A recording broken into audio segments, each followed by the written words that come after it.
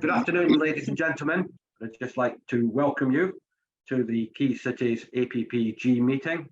I'm John Stevenson. I'm the Member of Parliament for Carlisle and one of the co-chairs of the All-Party Group. The purpose of our meeting today is the role of our cities and towns in helping to achieve net zero targets. It's the latest and one of our policy issues of the APPG and builds on recent work around urban centres, culture and place and skills. In addition to parliamentarians, there are representatives from the 10 of the cities, 4 of universities in the Key Cities Innovation Network, including the Vice-Chancellors of Bath and Gloucestershire. To start with, I will ask one of the Vice-Chairs, Lady Wilcox, about the importance of parliamentarians working together with our cities in areas such as this. And then I'll move on to Steve Turner, Director of 3CI, a partnership set up to secure financial support for local authorities achieving net zero. And then we will move on to a discussion about the climate and environment, which will be led by Councillor Richard Cook, who will give us an overview of the Key Cities approach and the work that's being done in that area. And then we'll introduce the main business, which is a presentation by Metro Dynamics and Opergy about the research that they have done and the draft report and recommendations. Following that, we'll then have a question and answer session, and then sweeping up by Casper about the future programme and the next meeting. So I'd like to start the afternoon with Baroness Wilcox. So over to you, Baroness. John, thank you so much, and thank you very much for the invitation to speak today. It's so many important areas to talk about today, and the discussions that we'll have will underline how important it is for local authorities to work hand in glove with their members of parliament, members in the Lords, and indeed in Wales and in Scotland, Senedd and Assembly members, because national government sets policy and targets regardless of which party is in power, and those decisions don't always display a detailed grasp of how important local authorities are in delivering those targets on the ground. We're the pragmatists in the political agenda. We saw in COVID, in social care and so many other areas, including issues with refugees, it's local government that has to deliver. Now, parliamentarians may not be directly involved in any discussions between national and local government on what local authorities need to be able to do their bit, but we have a voice through committees, through debates, through votes, and with direct engagement with ministers in making the government aware of pitfalls and opportunities, and of course in setting the regulatory and legislative framework within both ministers and local authorities operate. So there is much that parliamentarians can do to encourage better informed decisions and to support the voices of cities in Parliament. Doing the best thing for your local area can often mean putting partisan disagreements to one side. Working in Wales, I often worked with the Secretary of State who was in a different political party, but pragmatically we worked out what was the best solution for the city. And that's another reason why cities, anchor institutions and parliamentarians working together in this all-party group is so valuable and so important. Now, the policy area we're discussing today is an area in point. We know about the pressures of local authority finance, and inevitably local councils have to prioritise their functions for which they have the statutory responsibility, sometimes at the expense of areas that may officially be discretionary, but are in no truth are no less important. So, for example, addressing the climate emergency and achieving net zero is one of those areas. Because if local authorities don't do their bit, the countries will not succeed. Many people believe there is no topic more important than this, yet there's no statutory duty and associated resourcing. So where does that leave us? Well, I look forward to learning more about the issues today and with other parliamentary colleagues to help inform the recommendations and then to much increase the visibility of this work to ministers once the report is published. Diolch yn fawr. Thank you very much. Thank you very much, Baroness Wilcox. And you're absolutely right. I would endorse very much what you say about the partnership working that is involved and the roles that we all have to play in making things work and happen in our respective towns and cities up and down the country. I'd now like to move on to Steve Turner, the Director of 3CI. Over to you, Steve.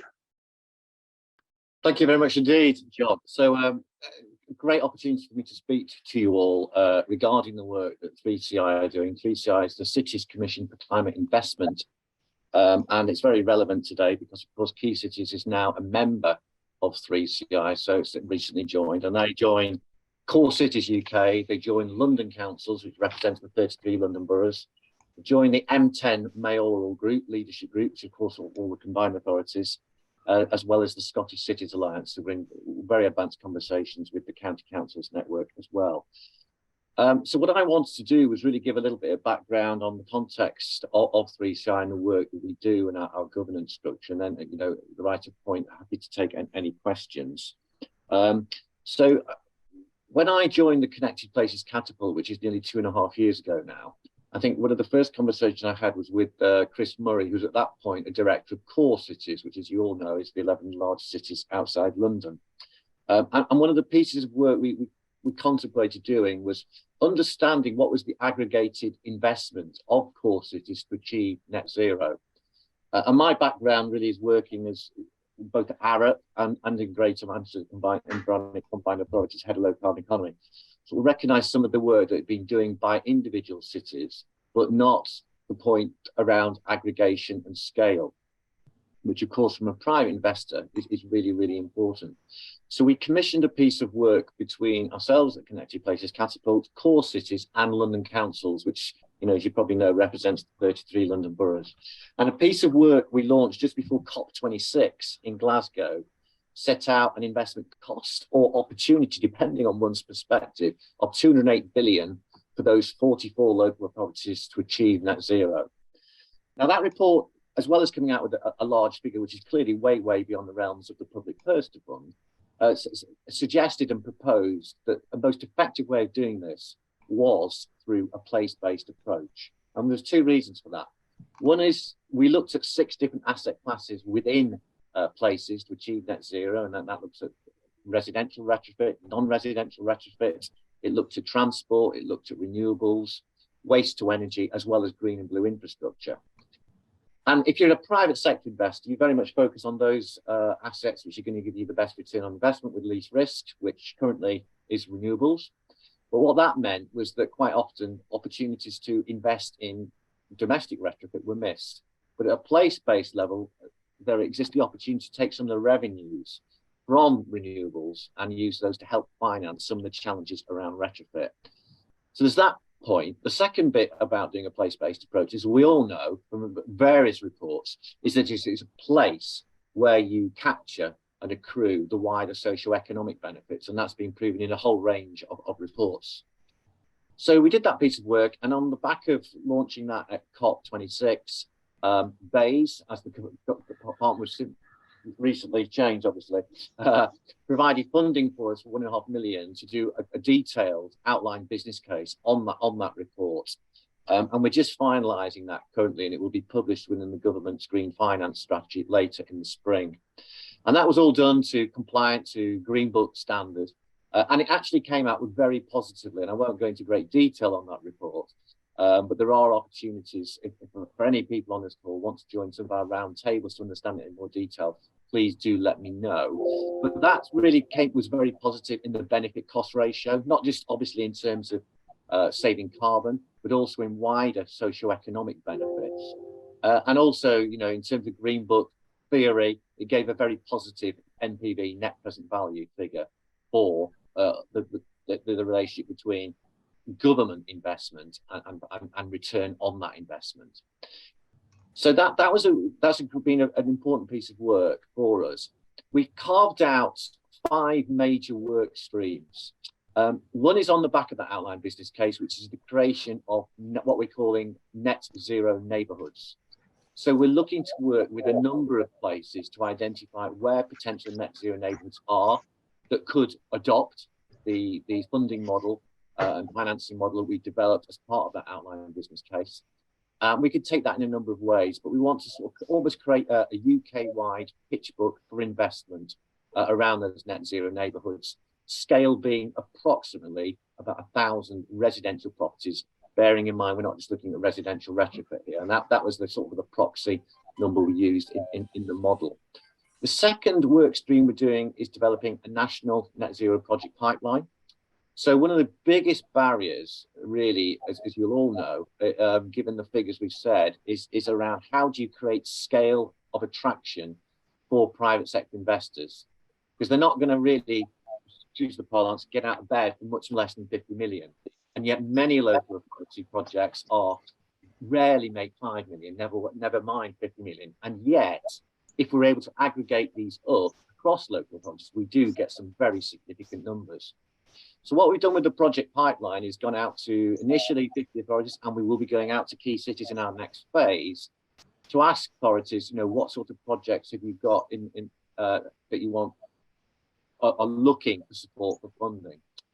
And across the Scottish cities, across London councils and core cities, we managed to pull together over 1,000 projects now to an investment value of 40 to 60 billion, which is not an insignificant amount, of course, and we're looking to add to that.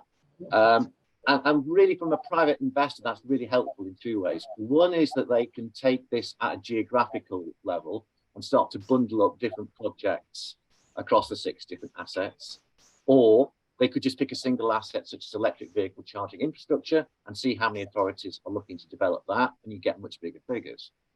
I guess as well, it starts to enable, it's a one-stop shop, if you like, for private sector investors to see what's in the UK pipeline.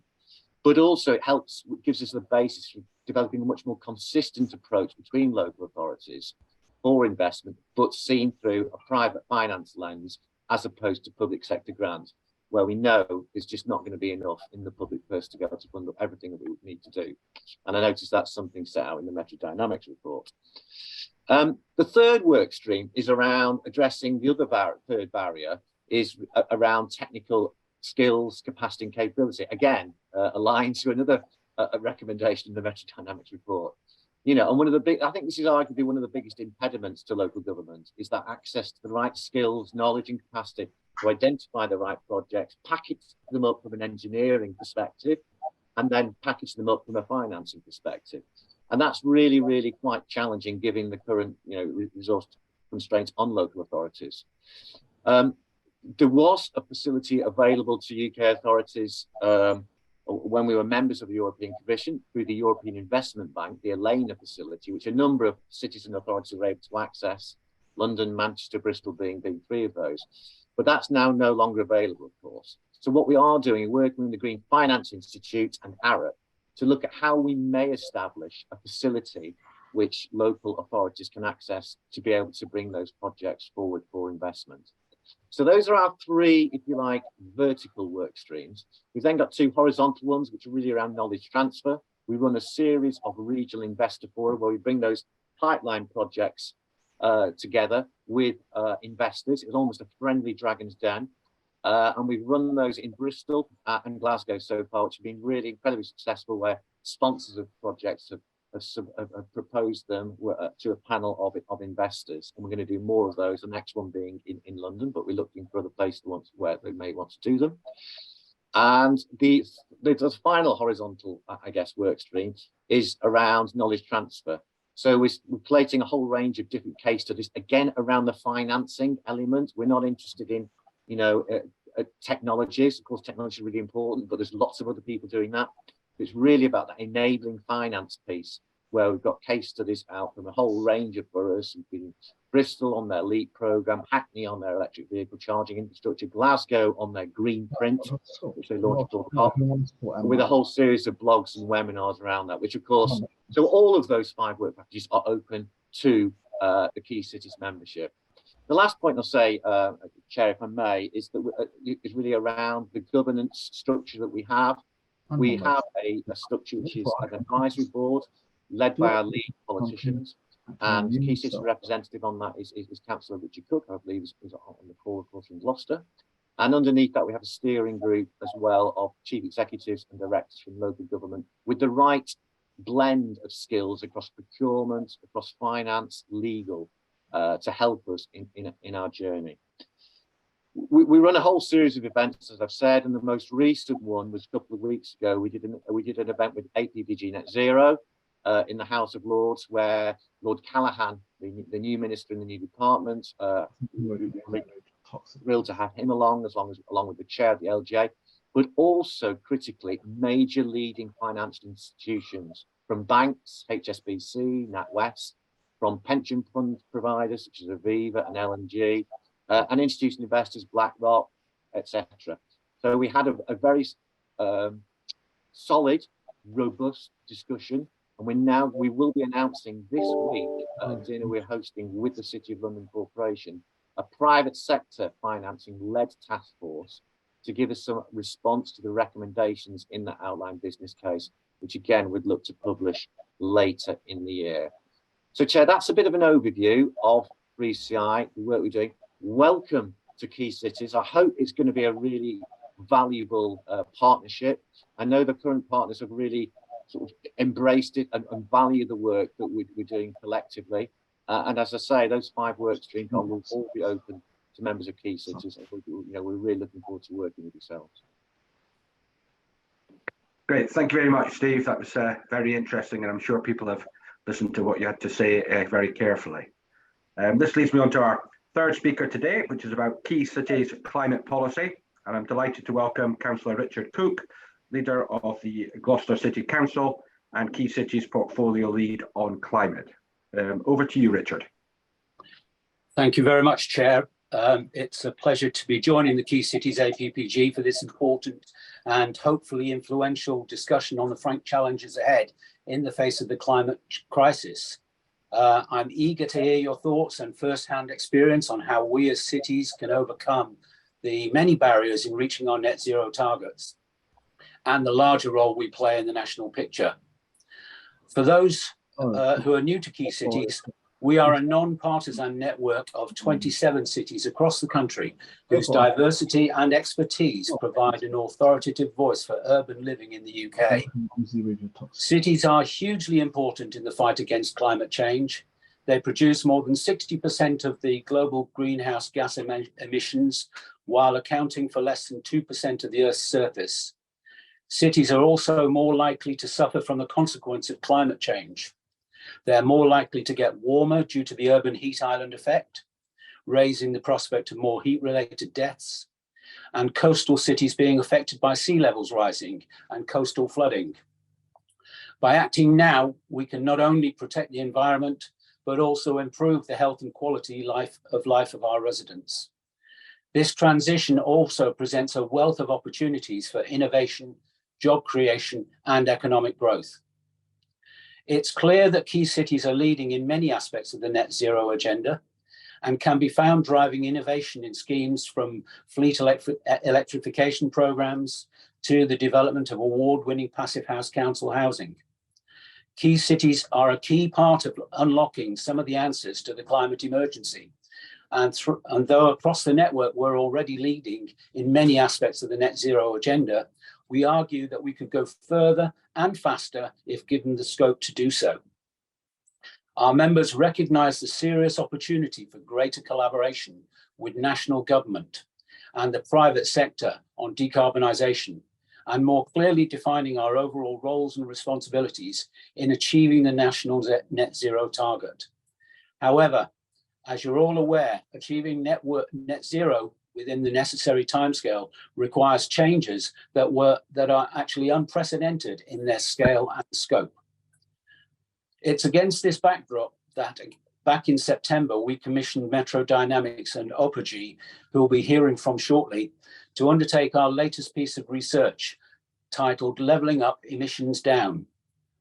This research aims to provide a deep dive on the ambitious local climate initiatives already being developed across the Key Cities and demonstrate how Key Cities are well placed to deliver government's net zero targets across the decarbonisation of key sectors. One of the significant outputs of the research is the provision of a climate framework, which analyses the underlying context and trends that impact a set of identified net zero themes across the key city members, providing a suite of tools, resources and support that members can draw from, as well as information on funding and financing opportunities to help members accelerate action across each theme. A series of recommendations for government are also set out in the research to ensure that both the UK and key cities' objectives around net zero are met. We are conscious that this work has been undertaken over the same period that government has undertaken its net zero review. And it has been heartening to see that many of the findings of our research are echoed in the net zero review, emphasising the scale of the challenge, the need to move faster, and the importance of empowering local areas to lead this challenge. We will be hearing a full presentation of our research and findings shortly in the APPG. And crucially, we are keen to receive feedback from parliamentarians and Innovation Network members to help finalise elements of the report and the government recommendations. I very much look forward to your contributions. Thank you. Thank you, Richard. I think that's a good introduction to our next speaker, who is Kevin Fenning, who's the Director of Metro Dynamics, who will give an introduction to the draft report. And following that, we'll have an opportunity to ask questions of him, raise discussion points, and have a general question and answer session. So over to you, Kevin. Brilliant. Thank you, Chair. And thank you, Richard, for a really comprehensive introduction.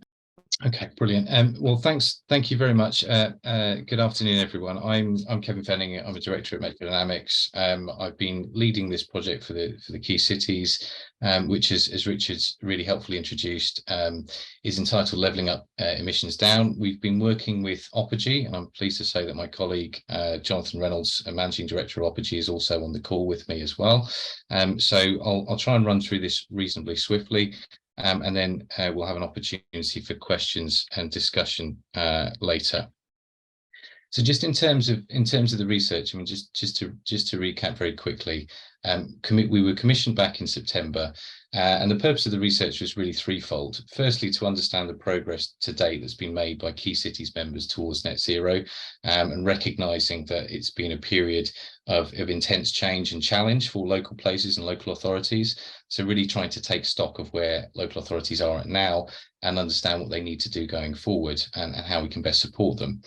Secondly, to identify best practice. There's a wealth of programmes and initiatives out there at the moment, and really trying to capture what looks best in the sector, both within the key cities and more generally, that can be learned by the key cities and can be applied there.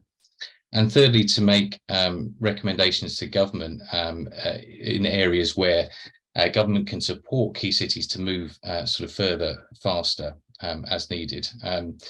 In terms of the work that we've done, we've had a really significant amount of engagement with key cities members. So we undertook an initial survey, which was very helpful for understanding the strategic areas where key cities members were focused, the nature of their targets and emissions measurements, and in terms of the operationalisation of their net zero approaches.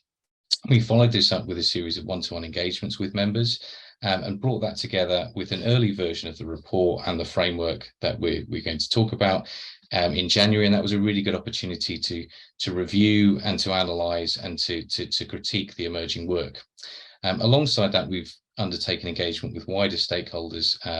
Stakeholders listed there, BEIS, Department for Energy Security and Net Zero, DLUC, the LGA, 3CI, who we're very fortunate to have on the call with us today, Salix and the County Councils Network. So a wide range of stakeholders with a really helpful perspective on how the key cities can sort of address the challenge of net zero in their areas. The report's further been presented to and discussed with the Key Cities Board in February. So hopefully what you're seeing today and what's been distributed to you in the agenda ahead of the meeting represents something which has had some really serious engagement and sort of critique and reflection within the Key Cities group, and is a really good representation of where key cities are at the moment and where they want to go in the future. In terms of the outputs of this work, so there are three main outputs. So firstly, a report that summarises the experience of the key cities in implementing net zero and sets out recommendations to government. Secondly, a framework that provides essentially a toolkit for local authorities, recognising the huge range of information that's out there and really helping them to implement and accelerate net zero activities in their area. And thirdly, a data dashboard that provides key statistics on progress towards net zero. As has been mentioned, this work has taken place alongside the government's net zero review. It's really positive. It reinforces many of the findings that we've come up with from engaging with members. But I think there's two things. One, recognising that the net zero review is very important, but has not yet been accepted by government. Was not picked up or referenced explicitly in the budget, and so it's really important that we keep pushing that the recommendations of the net zero review, and indeed this work, are taken up by government, and that process is accelerated. And secondly, we think that in some specific areas there's a potential for the net zero review and the recommendations of the net zero review and government to go further and faster, and that's not only important, but it's essential for helping local authorities to achieve their net zero goals. So I'm just going to talk through the latter two outputs very quickly so that you have sight and understand those. And then what I'll do is I'll focus on the report and the findings of that work. So just reasonably quickly, the framework, we heard extensively from local authorities that it was a real challenge to keep up to date with the huge raft of information that's out there. Steve referenced some of this in his presentation, and just recognising that net zero are two very short words that encompass a whole range of different things. And so what we've tried to do with the framework for the key cities is break the net zero challenge down into a range of 9 themes, which you can see on the left-hand side, and then provide an up-to-date toolkit for places that are looking to accelerate and improve their work in this area. So we've shown 3 on the right-hand side. So that box shows the sort of headline content for 3 of those areas across the different headings within the framework. So we have information on the context for each of these different themes and the key trends, how these are progressing in different scenarios for the future. We present information on case studies, both from within the key cities and from other places. So provide exemplars for places to learn from. So goes into a lot of depth around the sort of tools, the funding, talks about linkages between the different themes, and ultimately suggests some priorities, some recommendations for places that are looking to target one or more of these particular themes. So the aim is that this is hopefully an up-to-date and useful reference that brings together a raft of information, and indeed this can be sort of kept up to date in the future as a reference point for local authorities. Just very briefly to give an example of the kinds of schemes that we've highlighted in terms of case studies. So we picked up this particular one, sort of Reading Council investments in leisure facilities. We're talking about the costs of facilities, what's been possible in terms of net zero reduction, partnerships and initiatives, and how that's been enabled, and lessons learned. So without going through that in depth, there's a whole raft of case studies in the framework that give a really good illustration of what the up-to-date best practice looks like in the sector across a range of different themes. Another output of the work has been the net zero data dashboard. We will send around the link to the dashboard. It's now live on the Key Cities website, and you can have a play around with it. It's much more exciting in person, but just in the interest of time, or in sort of real time, but in the interest of time, if I go through this reasonably quickly. What this provides is data for each of the key cities, so each key city can look at the data for their area. They can also compare this to the key cities average and the national average. And we've got data on territorial emissions by sector, and we're able to break that down quite granularly, in quite granular detail by sector. We've got a breakdown of emissions by greenhouse gas type, emissions by household, energy generation, renewable energy generation, transport, which includes EV charging points and ultra low emission vehicles, and also fuel poverty as well. So this provides a really comprehensive data baseline for places as they look to communicate some of the key issues within the council with stakeholders, and provides a baseline for thinking about future strategic working. And we've already had some really good feedback on this from colleagues. So hopefully this, along with the framework, these provide two really important resources for councils.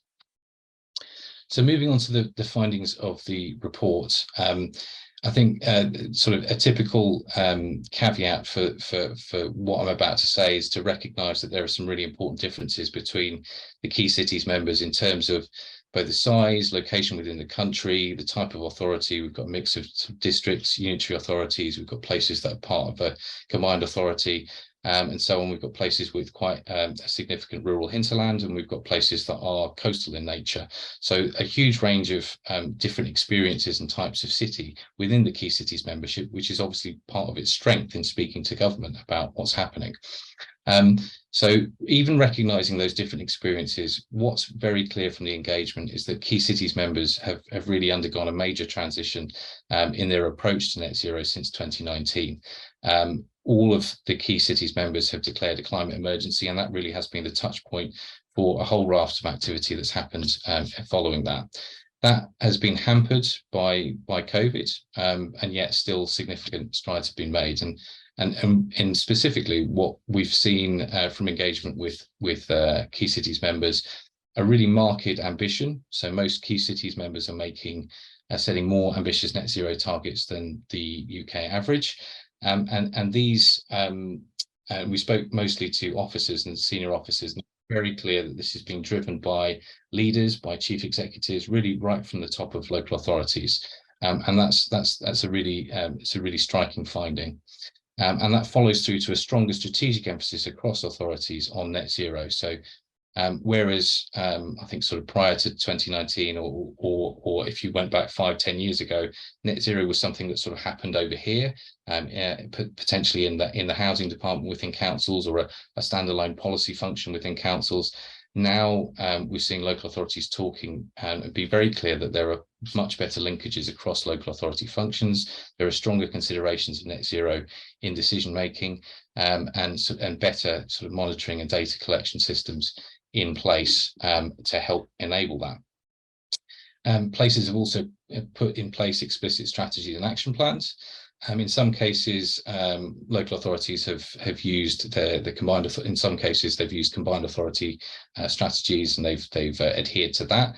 But in all places, in all key cities, there are now strategies and action plans, or those are imminent. And in terms of where we are, it's very clear we now need to move from sort of strategy and action plan into delivery plan. So more work is needed now on costings, timescales, and how we measure progress, and how we sort of do that, how we progress towards net zero in a phased way. That's all been supported by larger teams, and sort of defined roles and accountability, both at political level and an officer level. Clearly more is needed, and we'll come on to some of the challenges around that, and more capacity is needed, but there has been a marked shift across nearly all of the local authorities that we spoke to, and in some cases really quite significant numbers of officers who now see their role as primarily being about the implementation of net zero. In some cases, we're also seeing some really interesting examples of improved officer networking between neighbouring authorities, so sharing experience, sharing best practice, helping address some technical issues that occur in the course of doing net zero work, and also looking at sort of funding bids, business cases as well together. So some really sort of promising examples of how local authorities are working together, and also strong examples of partnership working within places. So with other public sector institutions, with universities in particular, with business groups, and with communities. So some really interesting examples of local partnership working. It's clear that across the piece, there's more work needed on climate education, behavioural change, and that was referenced in regard to both officers, politicians, residents and businesses. So clearly more work needed to be done to help drive that. But it's also possible to step back and see that there's been a real transition over the past 3 or 4 years, and lots of positives to take forward. Having said all that, it's important to recognise that local government still grapples with some very serious challenges, and these challenges, these barriers are likely to prevent some of the more ambitious net zero targets from coming to fruition if they're not addressed. So we see, particularly in terms of funding, long-term funding challenges for local authorities clearly. Sorry if I just move this up. Thank you. Net zero isn't a statutory responsibility of local authorities, as we've already touched on. So clearly, and particularly in a time of sort of cost of living crisis with other issues that local authorities are grappling with, this is seen as potentially competing with other priorities. And we've talked about the need to move from action plan to delivery plan. 75% of councils have not identified funding for the actions that have been outlined in climate plans. So it sort of feeds through into the ability of local authorities to actually plan effectively over the medium to long term. In terms of funding that is available to local authorities, so government funding pots typically suffer from tight deadlines, both in terms of response and delivery, and specifications which narrow the options for local authorities, and in any case are heavily oversubscribed.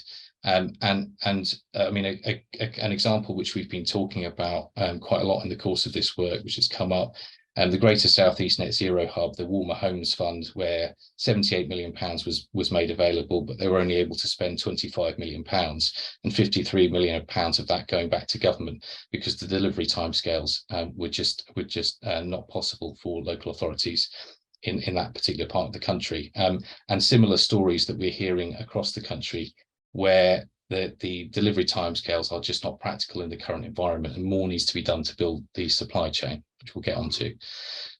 So alongside funding, so the capacity challenge, which I think we've sort of touched on already. So important steps have been taken to develop capacity over the last 3 years, but more is still needed.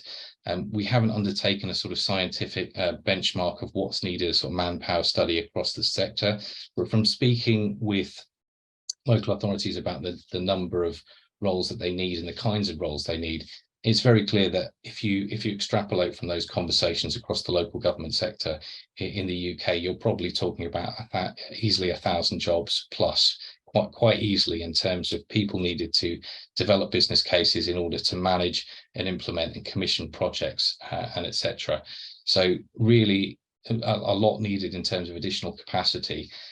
Because in some authorities where capacity is lacking, we're seeing that that's become a bottleneck to develop and progress business plans and to move things forward at the pace that's actually needed. Within that, a lack of specialist skills, and Steve picked this up in his talk earlier. So a lack of specialist skills for local authorities, and indeed a lack of specialist skills generally across the labour market in some fields, and then the challenge for local authorities in being able to attract and retain those skills is a particular challenge.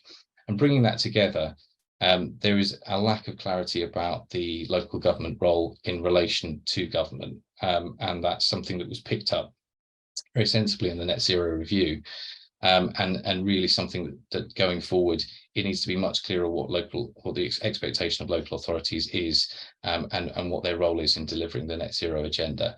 And I think taking all these three as a piece, these three elements are holding local authorities back from being able to plan effectively over the medium to long term, to be able to invest and have the capacity to invest and manage projects in a prioritised way. And if it's not addressed, what will happen is the local authorities inevitably will be forced into a kind of piecemeal and reactive picking off low-hanging fruit, rather than being able to progress towards net zero in a strategic manner. That's a big set of challenges that we just talked through. It's also important to recognise that the local authorities and indeed the country face other implementation challenges. This is a selection, but there are probably others. But retrofit, sort of just to go through these reasonably briefly. So retrofit, we've identified a number of sort of important initial programs, but clearly there's a need to scale up. Steve's work, Steve and 3CI's work is hugely important here, because as he's noted in his talk, Huge complexity here, the extensive supply chain issues in terms of the development of the supply chain, the readiness of businesses to be able to respond to the demand and supply that. And a broader retrofit challenge outside of social housing, where you're talking about lots of individual landlords or owner occupiers, and that requires a different approach, and indeed far greater funding in order to make that happen. Not necessarily all government funding, but government funding has a crucial role to leverage in wider private finance as well. Secondly, in terms of transport decarbonisation and EVs, this is an expensive challenge, and places are having to manage this and think about their sort of their fleet replacement schedules and how to work this in, and the finance involved in this. There are challenges relating to fleet operation for places that have moved from a depot system to essentially delivery or driver staff having the vans home at night. And so literally, are they able to plug in electric vehicles at home? And if many of them live in high-rise blocks, that may be a particular challenge. And so there's a challenge there. There's a challenge in terms of the technology path related to things like hydrogen vehicles, and understanding that, and understanding when it's the right time to invest. So lots of potential challenges there. Grid constraints is an issue that was raised time and time again in the engagement that we did. Challenges in terms of upgrading the network, the need to be able to bring on large numbers of renewable generation projects, and the challenge of working with DNOs and sort of working with them to plan effectively. It's a huge challenge for not only bringing renewable generation projects on board, but just the very fact that the system doesn't work very well at present means that there's extensive risk that's added to investment propositions and business plans, and that really needs to be addressed. Climate adaptation is something that we looked at as part of this work, and I guess in general it feels as though climate adaptation as a subject is perhaps sort of 2 or 3 years behind where net zero is. So it feels as though much more focus is needed on the challenges of climate adaptation in a local context. So really understanding what the risks are and sort of quantifying those, and quantifying the costs of mitigation, so that sensible decisions can be made about where to invest and where the best places to invest. Another issue is around sort of shared strategic cross-boundary working, where there are shared or systemic risks. So I'm particularly thinking about shared river courses, where what happens upstream matters and affects what happens downstream in sort of flooding terms. So more work needed to enable and support local authorities to have those discussions on a cross-boundary basis. And lastly, sort of the behavioural change issue, or the sort of broader sort of political popularity issue of certain policies which are in many cases inherently unpopular issues. So particularly thinking about active travel measures, any car use curtailment policies, bus and cycle lanes. So helping local authorities to navigate and manoeuvre through these particular challenges will be important. And so finally, bringing all that together in terms of sort of emerging messages for government. So roles and funding, we've talked about the need for greater clarity on the local authority role. Really crucial that local authorities have dedicated funding, devolved funding, to enable them to plan and invest over the medium term. And that needs to be supported by effective monitoring and accountability mechanisms. But that role and that relationship with government needs to be much more clearly defined. And local authorities need to have the ability to plan and invest over the future. Where funding isn't devolved, we need to make sure that government needs to make sure that it is sufficient, that it is suitably long term, i.e. it is both has the right timescales for working, and also local authorities can reasonably expect it to be in place, in another round in place in 6 months, and so on. And the timescales need to work for local authorities, both in terms of applying for funding and indeed delivering projects. There's a broader role that government has to play in terms of creating the environment to crowd in private finance and build the local supply chain. And that's really important that government does that by providing certainty over future regulation. And I hope Steve appreciates this, supporting initiatives like 3CI, which is is obviously an incredibly important way of doing that by providing a way for private investors to reliably and sensibly invest in local authority projects. So that's one point around roles and funding. Secondly, we talked about capacity. There is a range of specialist capacity. So, for example, the net zero hubs, the catapult centres, in some places, combined authorities play this role. All local authorities will need access to this technical expertise going forward. Again, 3CI's work on this is really, really invaluable. They won't all need those technical skills in-house, but they will all need access to those technical skills, and they will need the peer support networks that will enable them to deal with what is, as we saw on the framework page, a really we sometimes condense it by just talking about net zero, but actually encompasses a whole range of things, each with their own technical specialism. We've highlighted, particularly in relation to climate adaptation, the role of the Environment Agency in working with places to carry out what we would call sort of climate adaptation audits that support targeted investment to mitigate future risks. So really understanding the cost of intervention, the risk and the costed risk of not doing anything, and understanding where it makes most sense to invest public money. And thirdly, in terms of regulation and investment, so grid capacity, it's really important that the DNOs are encouraged and made to work with local authorities and forced to demonstrate how their plans support planned growth. And that requires a dialogue between local authorities and DNOs. It may require a sort of additional funding, because ultimately this is a transformation in terms of how our grid operates, moving from the existing paradigm to one which is able to cope with large distributed energy generation, and which enables the electrification of transport, which is going to be crucial for achieving net zero. And finally, some more ambitious planning, business and building control regulations that support improved business building standards. So we very much call for the acceleration of the 2025 Building Regulations Code of Practice. I think there's a lot of overlap here with the net zero review, but important to point out a couple of areas. So particularly the net zero review doesn't really mention the role of distribution network operators, which have a critical enabling role to play. And also the review, while it does call for the 2025 Building Regulations Code of Practice date to be maintained and not to slip, in reality, we think that needs to be accelerated, because otherwise, essentially, we're building in future retrofit costs to new developments. So just very briefly before we open up for comments, and I can see there's a few comments in the chat, just to say that we are really open to your comments and discussion today. Really helpful in terms of the discussion that we're about to have, and we will use those and reflect on those to finalise the report and the framework. So very much appreciate your comments and your thoughts.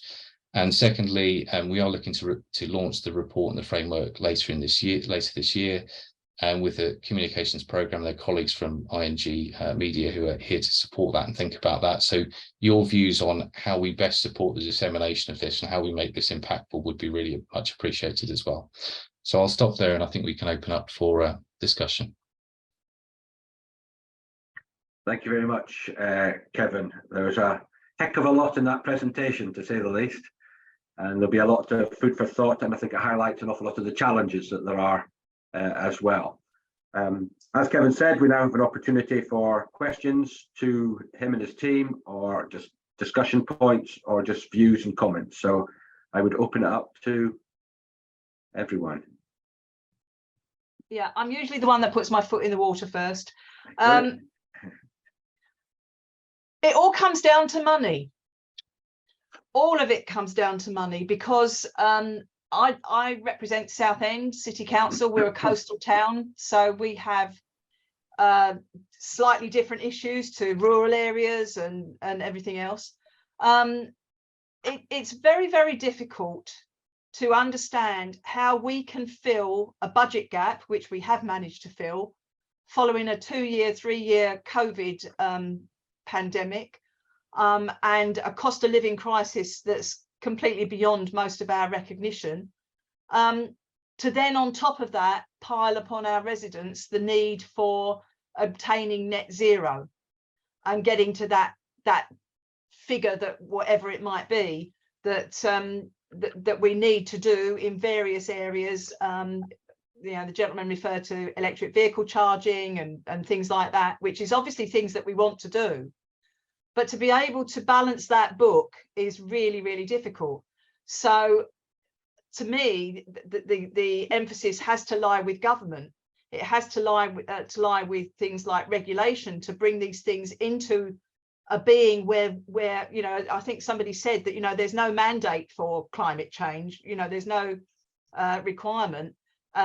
It has to be a requirement, and it has to be something that is legislated for, that gives the power to local authorities, and then also gives the funding with it, or assistance towards the funding with it, to be able to progress it. So for me, that's the whole crux, the whole matter. We can't do it without the funding.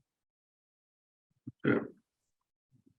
Kevin, I don't know if you want to respond just as a part of your... I think that's exactly right, and a key finding of the report. I guess the reflection is, as a country, we kind of have to choose where we want to spend our money, and either we invest in these kinds of investments towards net zero, or we end up paying for it in a different way. So you could see the current energy crisis and the cost of living crisis partly about a failure to accelerate previously. And indeed, future spending on renewable energy generation, energy efficiency measures will be an investment in securing our future energy security, which I guess the government has signalled it considers those two things in the same breath in terms of its new organisation of government departments. So completely agree, Carol. And I think it's not just about cost, I guess, is what I would emphasise. It's also about how we get the best return for the country, because these are genuinely investments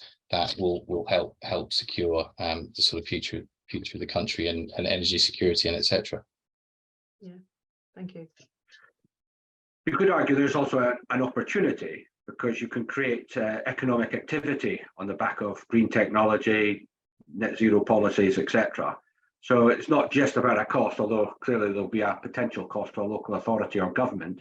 But by the same token, it does create private sector opportunities that can lead to investment in particular parts of the country that maybe facilitate the introduction of that technology more quickly.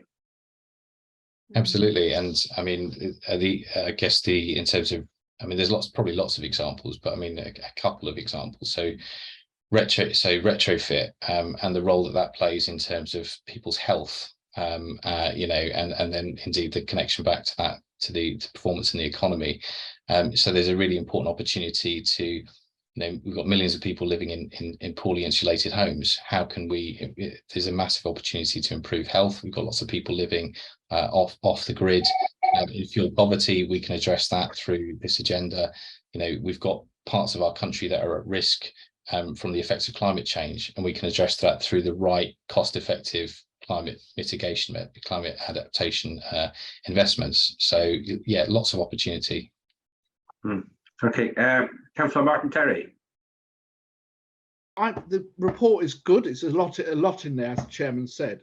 One thing I would like to beef up on slightly. You're looking for feedback, and as a devil's advocate, I find at the coalface, as a deputy leader of a city council, that every time we try and make a move, a lot of things get politicised. Today there's a load of stuff on social media about there's like conspiracy theories about 15-minute cities. So there's a group of politicians who are playing games with this politically, and I think it will help us enormously as regional politicians that there's much stronger leadership from the government. And whether that comes in the terms of needing to have legislation or a really strong message, because we find that the government's saying one thing, but some of their own representatives in our local council are saying the opposite, which is obviously it's red meat stuff. It's about local, the council's going to do this, the council's going to do that. So that's one thing I'd like to point. I'd like that message to be strong. I'd welcome ministerial drum banging on this strong, because I believe we've got to, we've got to do this, frankly. The only other thing I felt was in the report was there's a very strong, understandable wording around EVs and electrification. and not much on hydrogen, not enough. I think at the moment we're in this sort of Betamax versus VHS situation. I do think, we've got areas in Southend which suffer or have some of the highest densification in the United Kingdom in terms of population. Some areas are 130 odd per hectare. And that's not in even tower blocks, that's very dense housing. We've also got tower blocks. And I think you mentioned in part of your talk about the challenge of tower blocks. So I think we're not saying enough about the alternatives. The government seems to be going down one route. Electrification's great, and I'm not a skeptic, but I see a challenge with the area's densification, and there needs to be more said about the hydrogen is coming. In the industry I still work in, hydrogen engines are being, I think, Daewoo is just developing literally off-the-shelf range of hydrogen engines now coming forwards. I think that's part of. I'd like to see that strengthened if possible. Thank you. Okay. Brilliant. Thank you, Martin. I think I might look to my colleague Johnathan in terms of the point about density and electrification and hydrogen. I think Johnathan will have quite a lot to say about that, I imagine.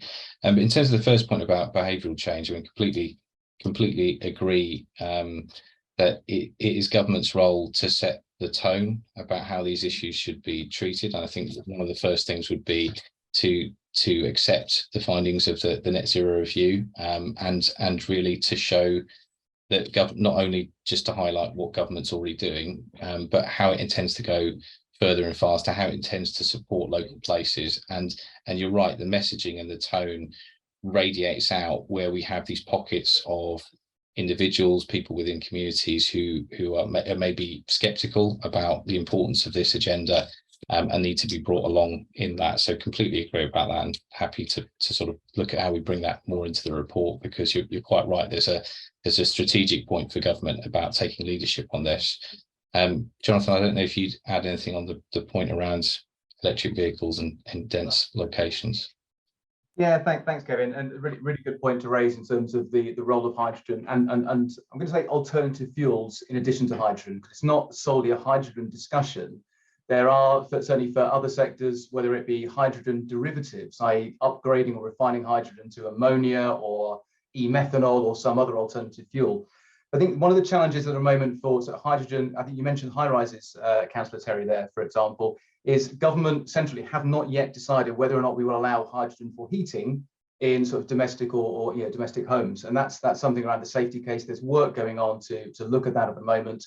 But we won't see a decision on for at least sort of 2025 at the earliest, possibly 2026.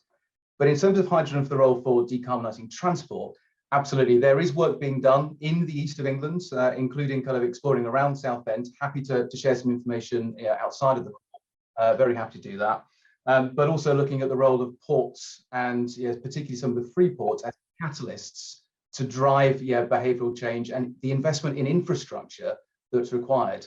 But I think it's worth noting in terms of the regulatory landscape as well at the moment that we don't have the regulatory framework in place for hydrogen. It's still being developed, as are kind of the production methods, the storage methods, and all of the kind of the use cases that you mentioned as well around those vehicles or aviation or maritime, as well as heating. So there's a lot of work going on at the moment to prove the potential or demonstrate the role for hydrogen. But I think at the moment, electrification is seen as one of the early options that really can drive change and at scale, given it's a known technology and a known kind of a system with the right regulatory framework in place already. So I hope that at least partly answers the question. Yeah, thank you for your responses. Thank you, Chair. Good. Thank you, Johnathan. There, I'm going to bring in Steve. Steve. It was just a comment, really. A great report from Metro Dynamics, and we're working with them on another piece of work actually as it happens. But just a couple of comments, if I may. To Carol's point really around funding, I think you absolutely get the constraints on local authorities. We've spent 20 years working with them, and inside them. I think certainly the way we've been doing through science, so look at the recommendations that Metro Dynamics has come across, is that we have to move away from a public sector grant program to deliver net zero. We have to look at private sector finance, and that's quite a shift, I think, in terms of the way local governments need to think about this sort of stuff. in terms of the way we develop business cases, because essentially then we have to identify what are the sorts of revenue streams that are going to be generated from net zero projects. And we've come a long way actually in that regard. But I think what certainly our own funding model for net zero neighbourhoods is what traditionally on a retrofit model is an 80% public sector subsidy. We've managed to shift that to a 20% public sector subsidy with no cost to the householder, but brings in private sector finance. And I think that's the sort of realms that we're going to clearly need to move into. And there's trillions available in private sector finance to fund this stuff. But the real challenge, I guess, is we haven't yet got the right projects that are going to attract the private sector to invest in. So we need to do a lot more of that upfront work, which I guess comes to my other point really around how we must collaborate. I think there's a collaboration between local governments, sharing really good practice. Take Bristol, for example, they spent 4 or 5 years on the Bristol LEAP programme, which was a big private sector partnership, spending 6 million. And they want to share that model. It would be daft really to replicate that right across the local government. And there's lots and lots of other examples where we can share those skills between treasurers, those skills between procurement officers and legal teams as well. But of course, it's not just within local government. I think local government needs to develop a much more strategic, compact relationship, call it what you like, with central government on this. Central government can set a framework, but ostensibly local government will have to deliver it.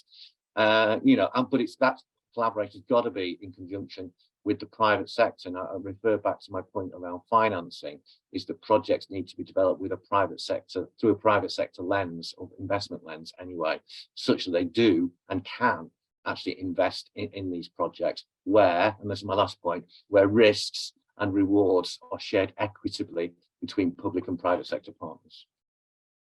Thank you, Steve. I'll bring back Carolyn at this point. Yeah, it's just a very quickly. I take on board exactly what Steve has just said, and I'm all for collaboration and working with private companies and everything else to bring forward things.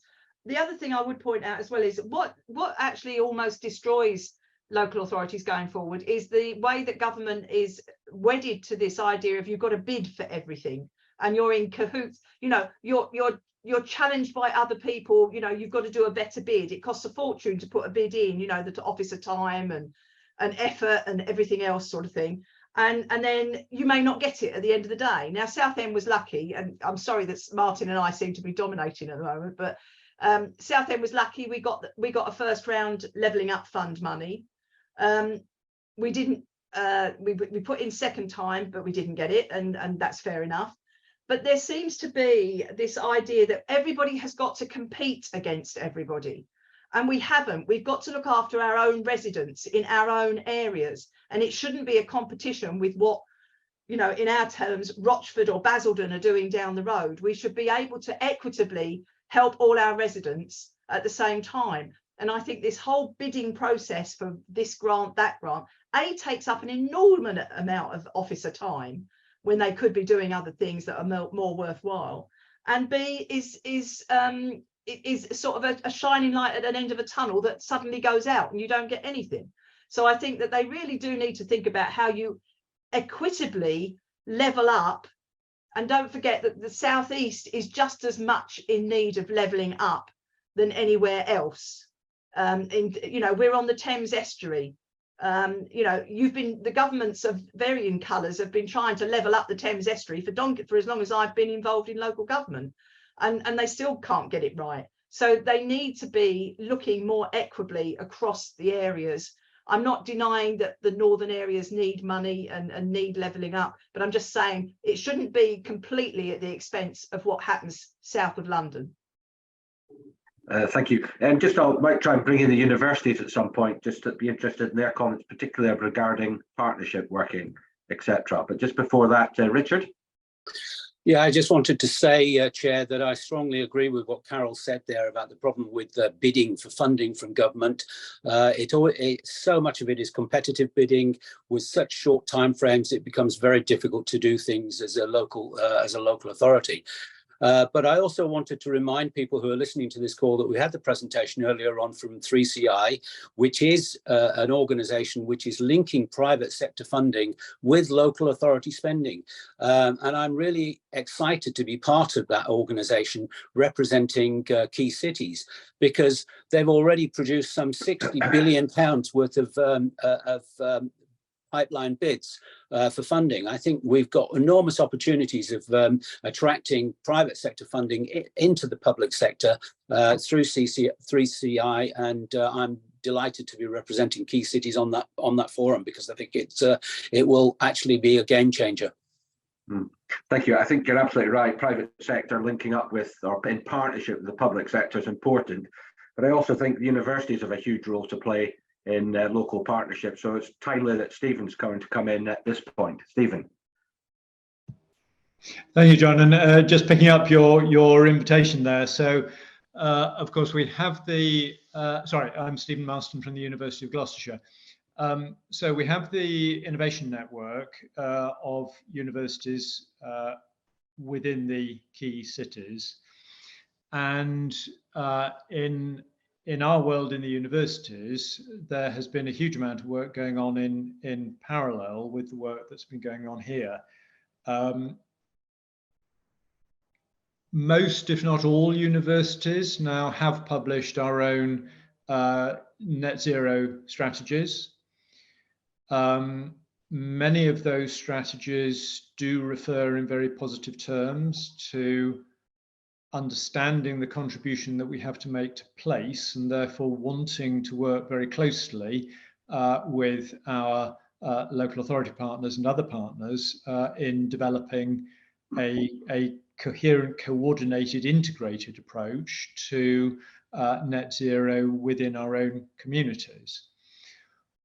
All that said, you probably won't be surprised that we feel we're facing some of the issues that have been identified in Kevin's really helpful report, particularly funding. You know, there is any amount of stuff that we could be doing more to support carbon reduction and net zero, but there's only so much money, there's only so much capacity available to do it.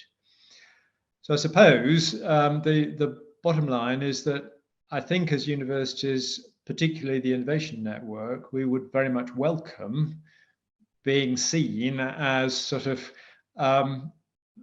very committed partners in working with our key cities in taking this whole agenda forward.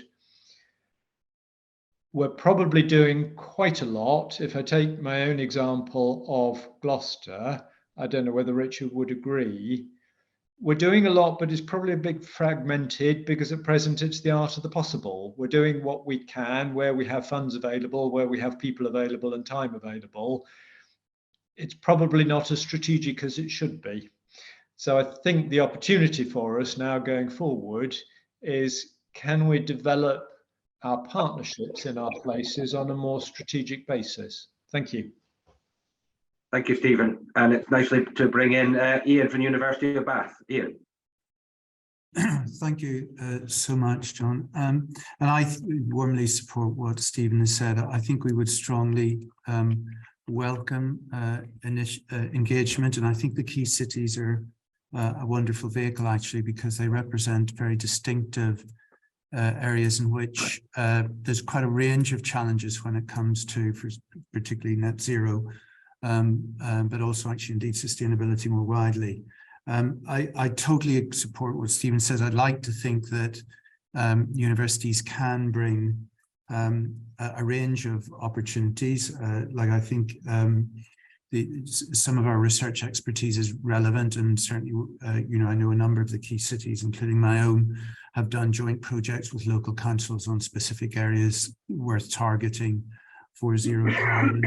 I also think actually there's a skills piece as well, like as has been highlighted, some of these new technologies will need new skills, and hopefully there's a partnership there. I think in some cases it would be good to explore whether there are ways of strengthening seeking research and innovation funding from government as a vehicle to allow delivery within key cities. Like an example is we have a propulsion facility that's moved into hydrogen, and for research purposes have got significant hydrogen generation capacity, and actually that could be used for delivery as well as research, and allow local councils and actually for that matter other organizations, local area, to pump prime the testing of early ideas in a faster way without having to, so to speak, take as much risk in committing oneself to complete rollout. And I do believe that the innovation network could be very powerful and have wide range activities. The other thing I would say is that in partnership with the local government, which we would strongly welcome, I do hope that we might also consider other anchor organizations and businesses. Like one of the areas that has concerned me, and certainly I know has been raised at Western Gateway level, which is the area that well, both Stephen and I are in, is the concern that actually we make sure that the jobs for net zero, the higher quality jobs, do actually be generated within the areas, or at least within the UK or across the key cities. And for me, that would actually strengthen arguably the government imperative a lot, in the sense if there was clear economic benefits. And I guess that leads me to just two thoughts on what I thought was a wonderful report, and I do congratulate those who've delivered it. And one is that they're excellent excellent examples given, excellent ideas given, excellent data given. One of the things that I'm aware of many universities being aware of at the moment is that having, where possible, even if they're not that precise, areas of clarity as to what payback times are, what actually the hard-nosed tons saved per pound invested, and indeed pounds saved per pound invested, are of the initiatives that are well underway, so that actually there can be collective understanding of actually whether, you know, they're funding vehicles that might allow things to be run out much more closely, and actually the financial benefits can be so quickly retained. Having more clarity on that, I think, possibly would interest some of the cities and indeed some of the organizations. And I say that because I pay tribute to those councils that have been running processes from some years, because, you know, for example, there was a recent study by Cambridge highlighting that some of the interventions, for example, Passive House, the impact is very considerable for the first 2 or 3 years, but actually then slows down because people just get used to this being the norm and feeling freer, and then using energy more widely, and then that causes emissions to go up. So that level of ongoing analysis that's being kick-started would be really helpful, because I think there is uncertainty in some areas, and some areas that I'm aware of, as to actually what is the right low-hanging fruit to go for first, and how can we just make the maximum impact for the available budget. Thank you very much. Thank you. Kevin, do you want to just come back there at all? Yeah, I mean, really helpful comments here, and I particularly, I completely agree in terms of the need to have that clarity and that foresight about investments, and the need to properly prioritize the right low-hanging fruit, and the point within that around actually what do we know, what is the science of things like retrofit and how they're actually used. So actually being a bit reflective about how technologies are used and bringing in that real world experience seems particularly important to that exercise.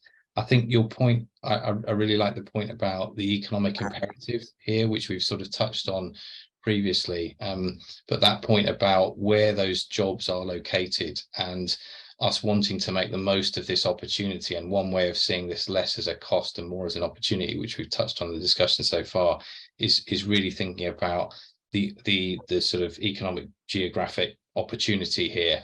And how much particularly sort of equipment manufacturing can happen in this country, as opposed to merely sort of installation and maintenance is obviously important. There's a big economic opportunity there, but we can probably go further.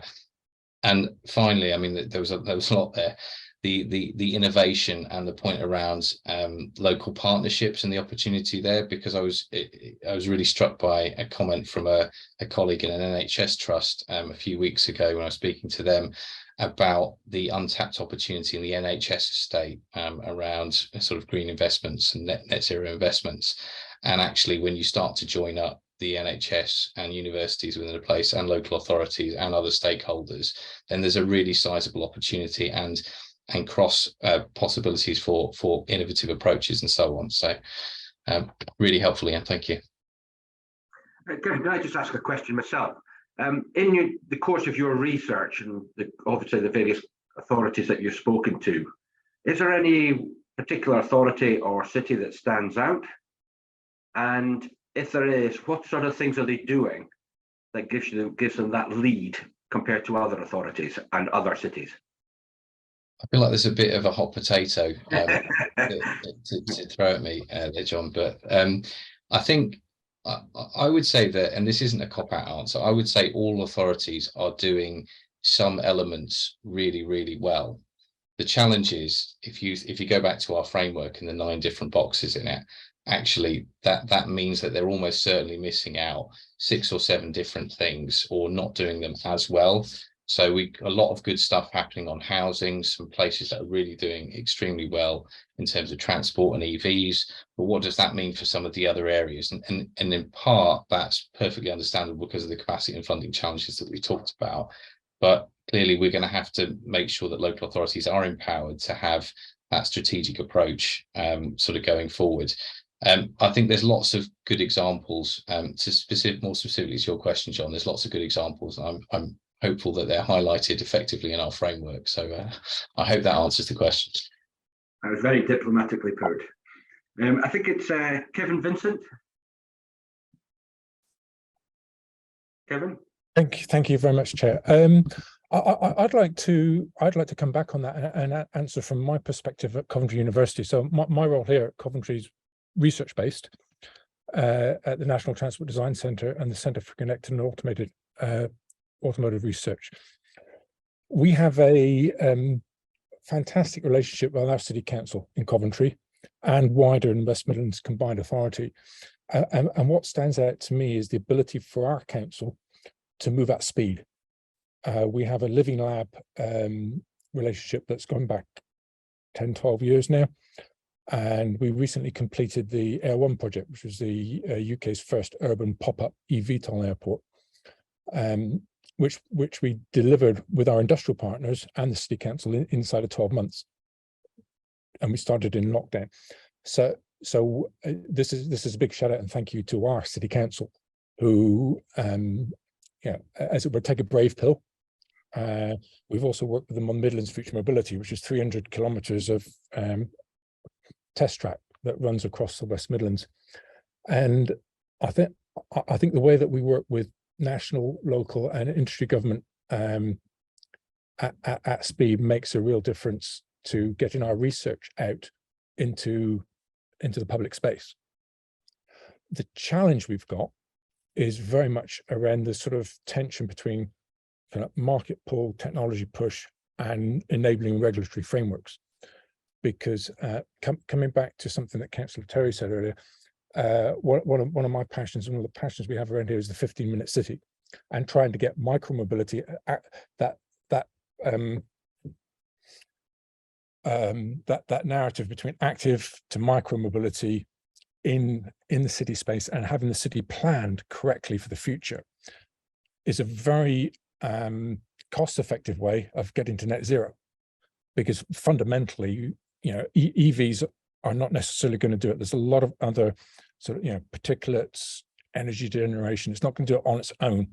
And we need to be moving policy to get people active micromobility, but it has to be safe.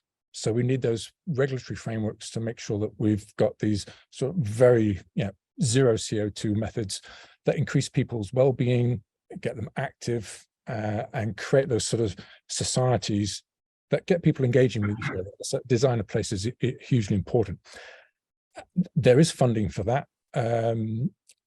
One of the things that I think we shouldn't avoid is the European question.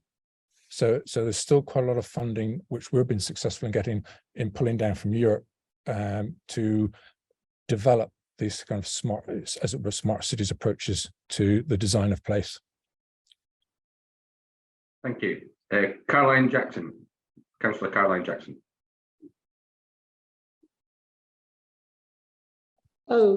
I'm a leader of Lancaster City Council, and I'd say possibly along with others on the call that we feel that as a local area, we're kind of there and thereabouts. We set our priorities 4 years ago. We have an action plan. It rolls forward even during cost of living crises, etc. And what now seems to be really important is what we were just talking about, that costed approach to benefits and priorities, so that actually, yeah, there's a cost to the EV infrastructure, there's a benefit, also the 15-minute city, you can cost that as well. Harder to achieve, but still needs to be in there, because otherwise how do you decide where your priorities are? And I think one of the things that we've particularly begun to feel is that we need to be making sure that in all the other places we're interlinked with. So we have a stakeholder partnership, and we talk about being part in with the university, which has been a fantastically, Lancaster University, we've had fantastic support to us, but in with the NHS, with our local colleges, that in that partnership, we can put priorities together and cost them together and understand what's going to do the most, but also looking wider, part of Lancashire, part of 15 authorities. And as I chair the Environment Group Committee, and that same thing, saying to ourselves, we need to cost these priorities, use the kind of information that we're going to be getting off the data dashboard. Sounds fantastic, but actually for all of us to be using all of this to push out into whatever wider structures we're part of. And I know it's so complicated now, we're all in different structures, but actually it's about that impetus to use what we're getting from key cities to push that, because it's a backwards and forwards. We're thinking with our wider Lancashire partners, some of us are looking particularly at that idea of our pools and using our servers to heat the water in the pools, and we're getting together about it. And it's about, isn't it, let's cost that, what will it do for us?